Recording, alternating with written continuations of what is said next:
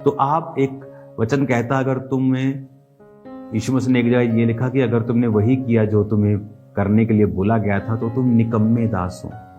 मतलब तुम अलर्ट नहीं हो अपनी लाइफ में।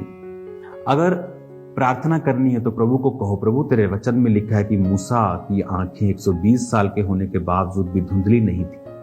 अपने केस को रिप्रेजेंट करना कि प्रभु मूसा को तूने ऐसी आंखें दी थी, उसके ऐनक नहीं लगी थी, वो 120 साल का था। प्रभु आप जानते, प्रभु में आने से पहले मुझे ऐनक लगी, शायद मेरी कोई पिक्चर नहीं है तो मैं आपको दिखाता, लेकिन आज अगर बाइबल आप दूर भी रखें तो मैं पढ़ लूंगा बारीक।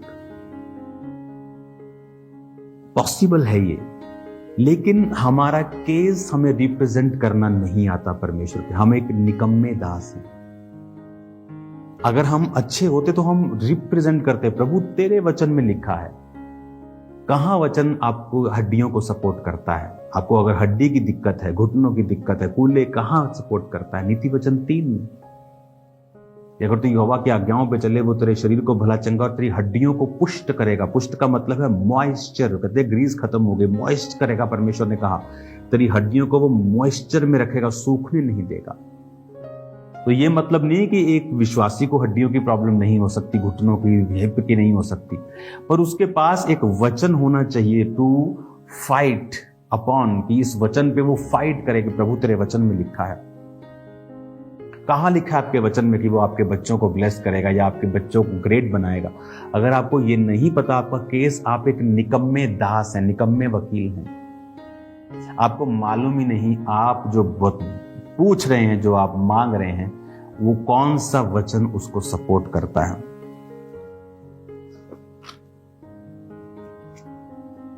भजन संहिता 77, इसमें रोमन्स में लिखा है, तो थोड़ा सा इसको पढ़ने में लिखा, मैं परमेश्वर की दुहाई चिल्ला चिल्ला कर दूंगा, मैं परमेश्वर की दुहाई दूंगा और वह मेरी ओर कान लगाएगा।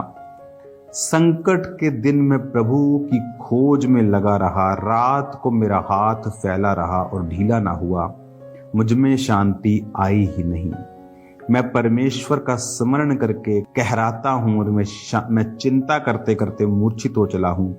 तो मुझे झपकी लगने नहीं देता, मैं ऐसा घबराया हूं कि मेरे मुंह से बात नहीं निकलती। ये कौन कह रहा है? ये दाऊद की भजन संहिता, और बहुत से, अगर आप देखेंगे कि इसमें आपको ऑथर्स के ऊपर नाम लिखे हुए मिलेंगे, प्रधान बजाने वाले के लिए यकदूम राग पर असाप का भजन, तो ये सारी प्रार्थनाओं के तरीके। उसने कहा मैं प्रभु की दुहाई चिल्ला चिल्ला कर दूंगा और वह मेरी ओर कान लगाएगा। संकट के दिन में प्रभु की खोज में लगा, रात को मेरा हाथ फैला रहा और ढीला ना हुआ। क्या कह रहा है ये?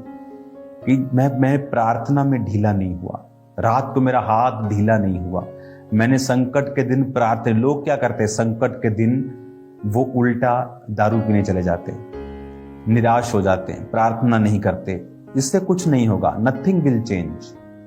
उल्टा परिस्थितियां वर्स होंगी, अच्छी नहीं होंगी। बाइबल कहती जब यहोशापात लड़ने के लिए जा रहा था तो वो तो आत्मिक लोग हैं, लेकिन सामने से शारीरिक आ रहे थे। पर इसका मतलब सामने मेरा दुश्मन शारीरिक है, इसका मतलब ये नहीं कि मैं शारीरिक बन जाऊं। वचन कहता है उसने वर्शिपर्स को आगे किया और वो वर्शिप करने लगे।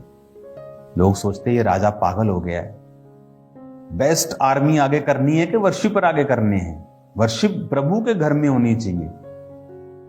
आज के धार्मिक फरीसी सदूकी भी ऐसी बातें बोलते हैं, लेकिन जो आत्मिक लोग हैं वो आत्मिक तरीके से अपनी प्रॉब्लम्स का हल करते हैं।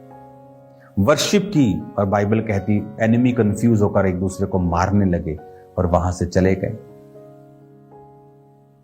हम आत्मिक तरीकों को अगर नहीं अपनाएंगे, अपने केसेस को परमेश्वर के सामने नहीं रखेंगे, तो नुकसान हमारा ही होगा। अगर अपने केस अच्छी तरह से रिप्रेजेंट नहीं करेंगे, हमारा नुकसान होगा। बाइबल के साथ जुड़ें,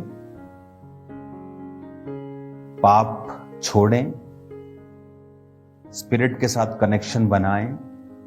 वो अपनी सप्लाई, अपने वर्ड्स की, अपने विजन्स की आपको दे, आपकी हेल्प करे, प्रार्थना करने में, चलने में, और आपकी जिंदगियां फिर कभी भी सेम नहीं होंगी। अगर बाइबल मेरे जीवन का हिस्सा ही नहीं है तो मुझे मालूम ही नहीं है कि मैं क्या करूं। फिर मैं लिखा, अन्य जातियों की तरह तुम मेरे सामने बक बक मत करना। वो क्या बक बक करते?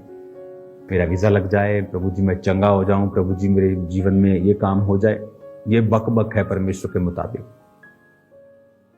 बट प्रभु तेरे वचन में लिखा है कि तू धर्मियों के मुंह काले नहीं होने देगा। तेरे वचन में लिखा है, संकट के दिन मुझे पुकार तो मैं तुझे उत्तर दूंगा। ये है वचन के बीच से प्रार्थना, कि पहले वचन बोलना कि प्रभु तेरे दास मूसा के विषय में लिखा है कि वो 120 साल का था, ना उसका शारीरिक ढांचा कमजोर था, ना उसकी आंखें धुंधली थी, क्योंकि वो तेरी महिमा को देखता था। प्रभु मैं तेरी महिमा को रोज देखूं, मैं पाप छोड़कर तेरे पास आता हूं परमेश्वर, और मैं खुदावन पवित्रताई में चलता हुआ तेरी आराधना करता हूं खुदावन, और मैं तेरे करीब आता हूं परमेश्वर। मैं तेरी महिमा को, तेरी ग्लोरी को रोज देखूं खुदावन, और मैं तेरी प्रेजेंस में बैठूं। और जिस तरह मूसा की जिंदगी में उसकी आंखें धुंधली नहीं थी, मेरी भी धुंधली ना हो, मेरा भी शारीरिक ढांचा कमजोर ना हो। ये है प्रार्थना। हम क्या प्रार्थना कर रहे हैं? प्रभु मेरा शरीर नू छू लो, ते मेरी अखां नू छू लो, ते मैनू चंगा कर दो। परमेश्वर ने कहा, अन्य जातियों की तरह बक बक मत कर, अपना प्रमाण दे, अपना केस लड़। इसीलिए बहुत सी प्रार्थनाएं उत्तर के साथ नहीं वापिस आती। हालेलुया। वचन की नॉलेज ज्यादा होगी, जीवित चर्च के साथ जुड़े होंगे तो हम ज्यादा समझ पाएंगे। खुदावन आपको बरकत दे। अपने हाथों को उठाओ।